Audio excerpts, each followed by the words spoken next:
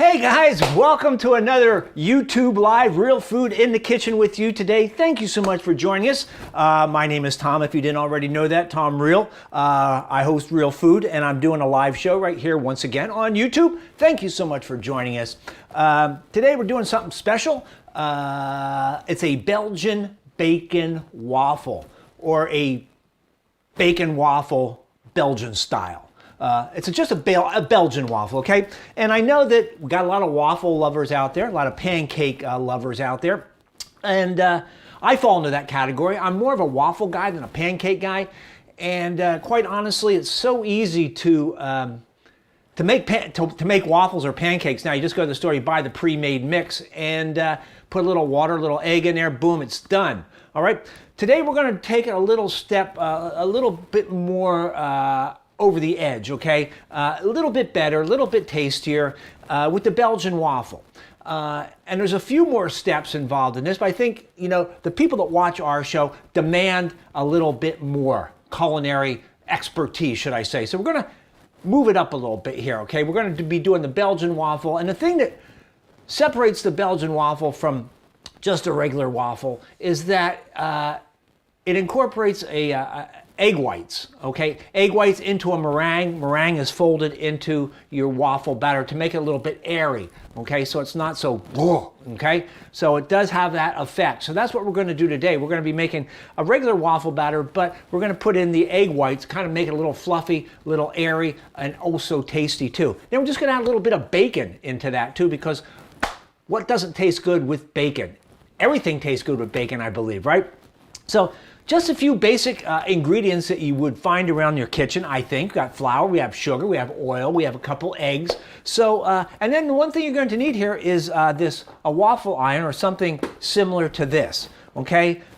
These are relatively inexpensive if you don't already own one. If you think you're going to be making waffles more than just once, I'd go out and purchase one. If you don't want to spend more than $5 or $10, go to the thrift store. They have a bunch of them over there. Trust me, it's one of those things like exercise equipment where people will buy it once or twice and think they're going to use it all the time and then never do.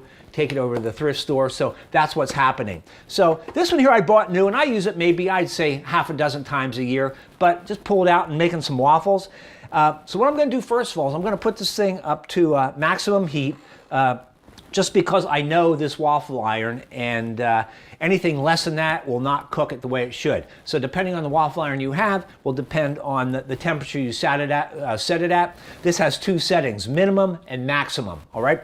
And we're going for the maximum here on Real Food, all right? And it will start to smoke, and we will season this right before we're getting ready to pour the waffle batter in here. But for right now, we're just gonna get it heating up to temp. I think it's probably gonna be about 350 degrees. I don't have a thermometer to check it, but somewhere right around there. If you have one with a temp, I'd go for about 350 degrees on the waffle maker. All right. So the first thing we want to do is we want to mix all our dry ingredients together, and then we're going to mix our wet ingredients together, and then we're going to incorporate the two. But then in the meantime, we're going to be whipping up a couple of our egg whites into a meringue.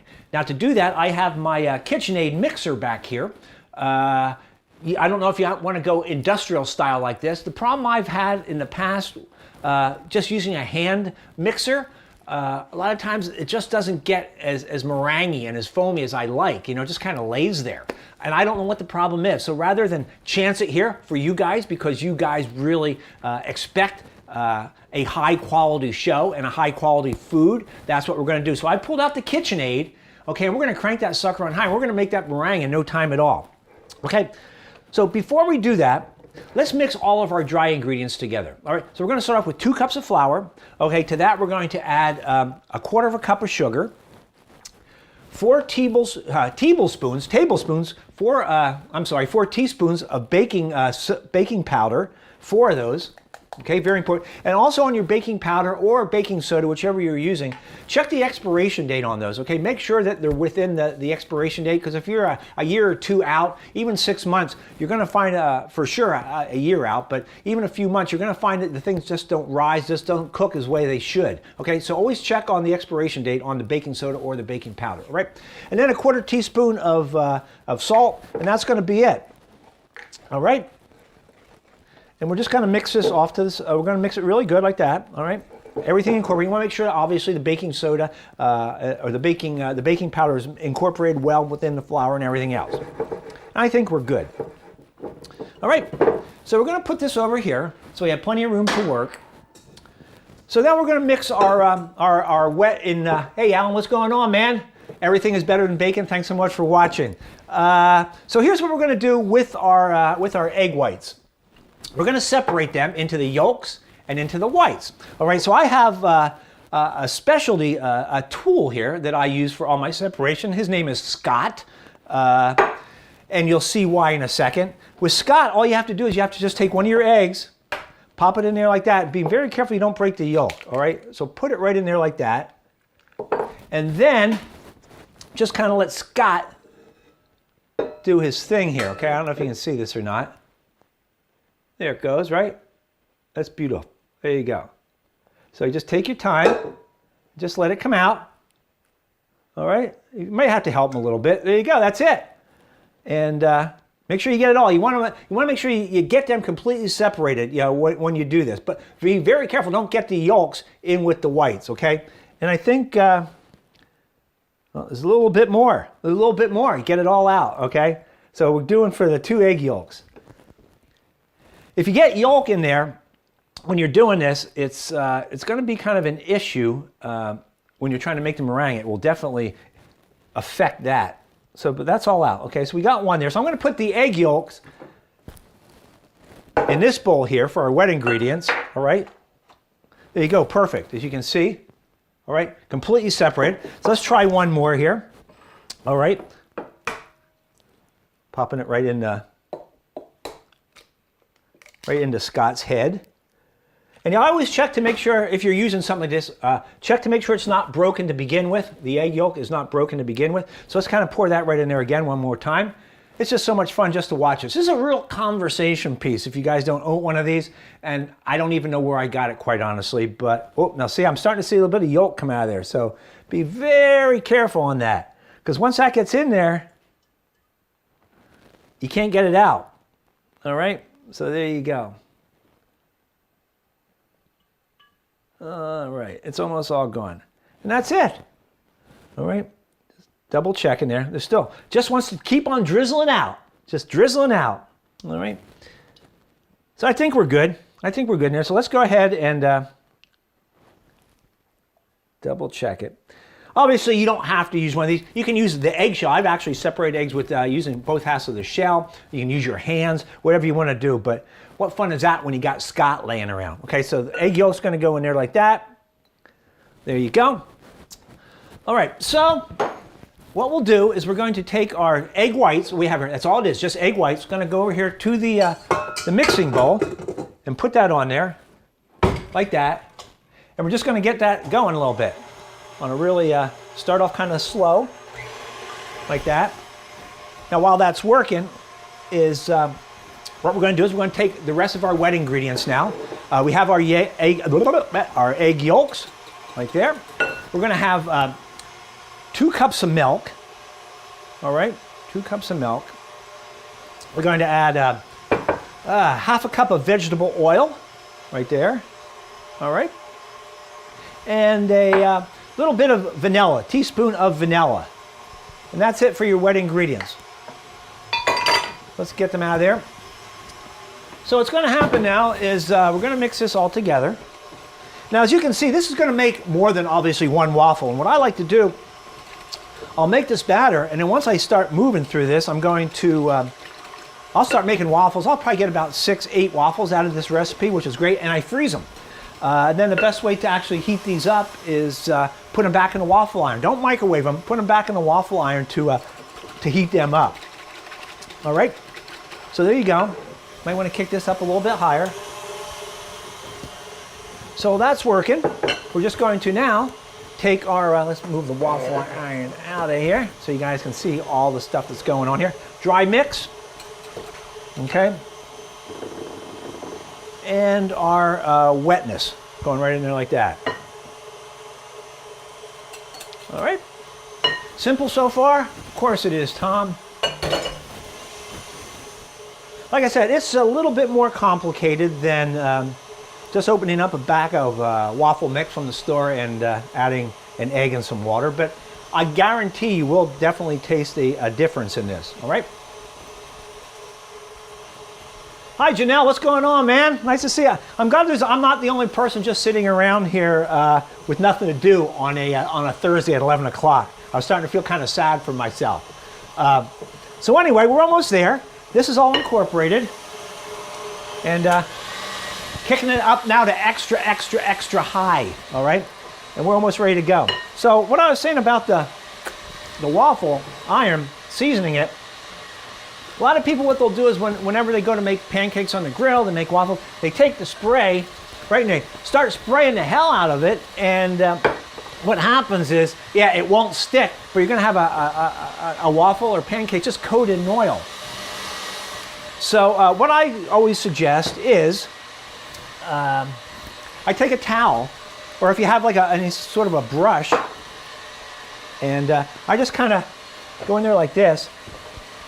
Just try to get in there in between all of the little cracks, all right? Make sure you get it all really good. And you don't have to do this every time. Just each time you use it and plug it in, just kind of season it up. Now you can see it's a little brown there, and that's from past usage, and that's a good thing, okay? You want a little bit of a seasoning in there, which is what I got. Okay, so we're gonna let that's all the way up to high, so we're almost done there. The meringue is almost meringue-y. So what's going to happen is we're going to kind of fold that, which is a cooking term. I'll show you what exactly that means if you don't know folding already. All right. So, Alan, you have a good chance of getting fired now if your boss walks in and sees that you're watching a lame cooking segment on YouTube. You're going to have some splaining to do. That's all I'm saying, all right? But if you need a note, I will be more than happy to write a note for you. All right. And so that's all we got. So let's check on the meringue. The meringue looks good. And like I said, the best thing about this is I can sit here and yak. I can do other things. I don't have to stand here with the hand mixer in my hand. I can have that working in the background, which is, oh, look at this. Look at that. That's good meringue. It took me a couple of years to realize I could even make meringue in this thing. I didn't even kind of try it, but look at that. Meringue sticking to the beater itself. That doesn't usually happen all that often. That's major meringue. It almost looks like snow. All right. So, what we're going to do, kids, is we're going to fold this. See what that looks like? Can you see on there? Look at that. That's a beautiful thing right there. That's all meringue. Which I've made lemon meringue pies, and this is perfect for that. It's all good. There's nothing bad about this. So let's go ahead and let's fold this in. Now you don't want to over-mix it also. But this is just going to add a little air to the waffles themselves. Get it all out of there. Look at that. All right. Any questions so far, kids? I know. It's pretty amazing, isn't it? I just know. Yeah, Alan, get a waffle iron for Christmas. Like I said, I don't use this every day, but it's a nice thing to just have in there. All right, so there you go. So you can see it looks a little chunky, but just kind of keep mixing it up best you can. You don't want to take the whip. You don't want to use this, okay? Use a spatula. If you whip it to obliviation, it's gonna defeat the whole purpose. So just kind of keep folding it like that. Okay? Follow me so far? Yes. All right. So that's good enough. There are a few little chunks there, but that's okay. You don't want to beat it up too bad. But at the same time, you want to make sure that it's pretty well mixed in there, like we're doing. All right, so I pre-cooked a little bit of bacon because that's what I do here. All right, and we're going to put the batter in the waffle maker. We're going to sprinkle some bacon in it, and then just sit back and wait for the magic to happen. Probably about 3 minutes, I think, for it to cook in this particular waffle machine. Now, another thing, a common mistake that people make when they make waffles is they just pour the batter in. They open up, pour the batter in until it fills up the side, push the top down, and it all goes shooting out the side of the waffle iron. Who hasn't done that? Everybody, okay? You have to put a tray under there. It's going to make a big old mess. Okay, one way to avoid that, all right, is what I usually like to do is I'll take like a measuring cup. This is about a half a cup, right? So I'll just go ahead and I'll take this and I'll put it, here's my bacon too, so I don't forget my bacon. So I'm going to take my half a cup here, and we'll see how a half a cup does here, but I usually add it right in the middle, and then I just kind of let it spread out. And you get an idea. So that's a little bit more than a half a cup, maybe almost a full cup it takes. All right, but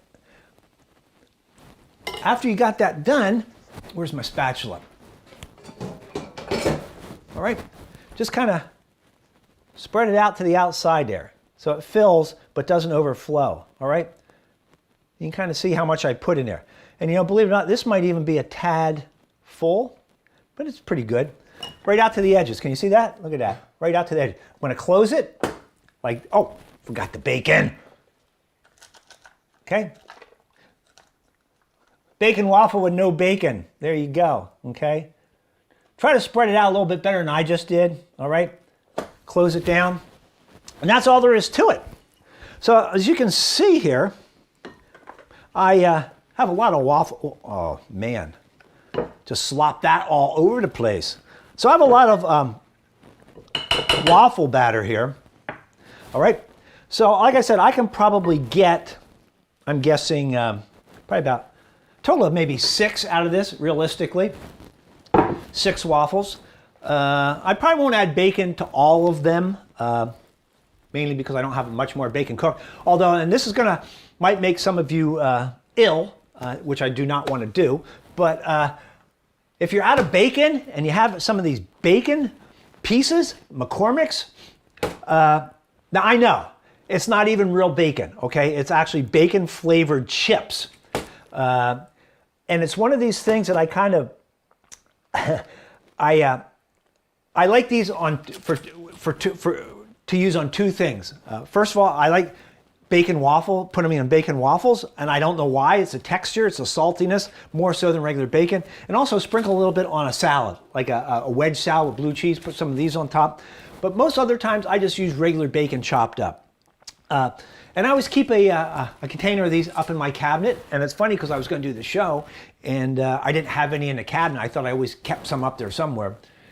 So I went to like 4 different stores before I found these. Everyone was sold out. So I don't know if no one's buying them and they're not putting them on the shelves, or if it's just so damn popular that my timing was just bad. But the main thing is I ended up getting these at, where did I end up getting? Oh, Stater Brothers, in case anyone cares. Walmart was even out of these, which I thought this was like a staple food item for Walmart, but Walmart was out of the McCormick's bacon pieces.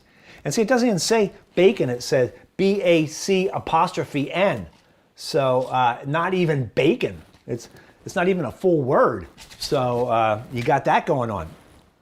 All right, so you can kind of lift this up occasionally and just check on it, but not quite yet. I didn't set a timer on this because I kind of know in my mind, and you can kind of watch. But the main thing is what I want you to notice also about the amount of batter I put in here. Remember I said how I spread it out and make sure you don't overflow it.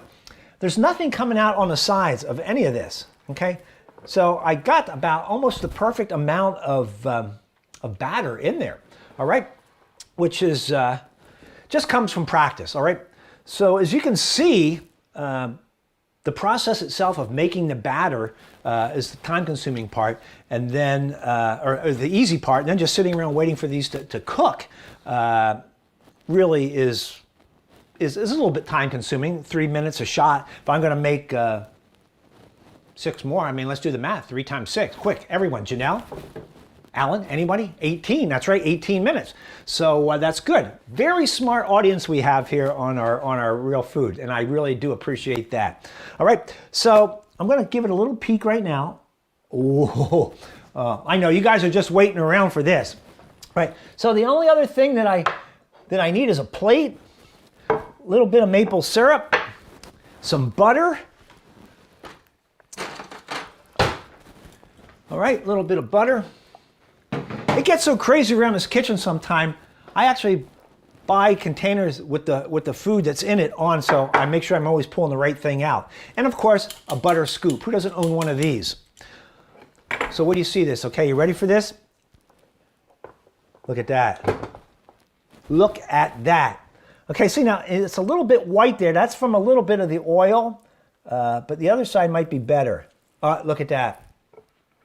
Look at that, look at that. That's just what we're looking for, right? So there it is, in all its glory, a bacon waffle. Now, if you want, you can even add more bacon on top of this, but I'm not going to do that. What I will do is I'm going to take a scoop of butter right on top, like so. One little scoop, like that. And before I put the syrup on, I'm going to take a quick picture here, because that's what I do. You just never know when one of these is going to turn out, so I have to document it all the time. There you go. Smile, smile, smile. Boy, that's one boring picture right there. Okay, so let's go ahead and we'll put the maple syrup over the top of that. Okay, look at that. Look at that. Oh, oh, so delicious. Take one more picture of that, because now it even looks better than it did before, if I can imagine that. Smile. That's right, I have a camera that I just say smile, and smile, smile, and it takes a picture. What do you know about that? So there it is, a success, once again, our bacon Belgian waffle. So let's try this, because I gotta tell you, it smells really, really, really, really good. So get a little butter incorporated in with the maple syrup, like so. All right. Cut into that like that. Give it a little dab of roux, like that.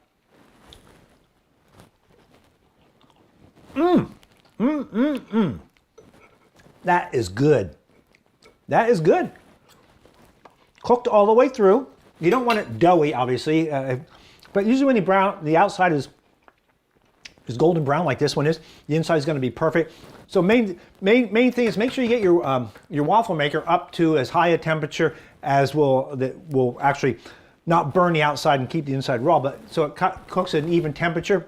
And it may take you a couple times if you getting a new waffle iron like Alan's probably going to be getting for Christmas. It's probably take you a few times to kind of get used to it. But you know, you have a lot of batter here, so I'm just going to whale away on these for about the next half an hour and put these in the freezer and eat these for the next couple weeks at least. So don't know if anyone has any questions on this. Thanks, Alan, appreciate it, and Janelle, and anyone else that's in here, stumbled in here that is not commenting. If you like the station, what we're doing here, just hit me a like down there, and if you're not subscribed to the Real Food channel, please subscribe to that. We're trying to get to 1 million subscribers by tomorrow, and that's not going to happen, I know, but hey, it's good to have goals. So anyway, that's it. Thank you so much for watching. I'm not sure what I'm going to be doing next, but I'm sure it's only going to be half as good as what I just made here tonight. Thanks, guys. Thanks for everybody.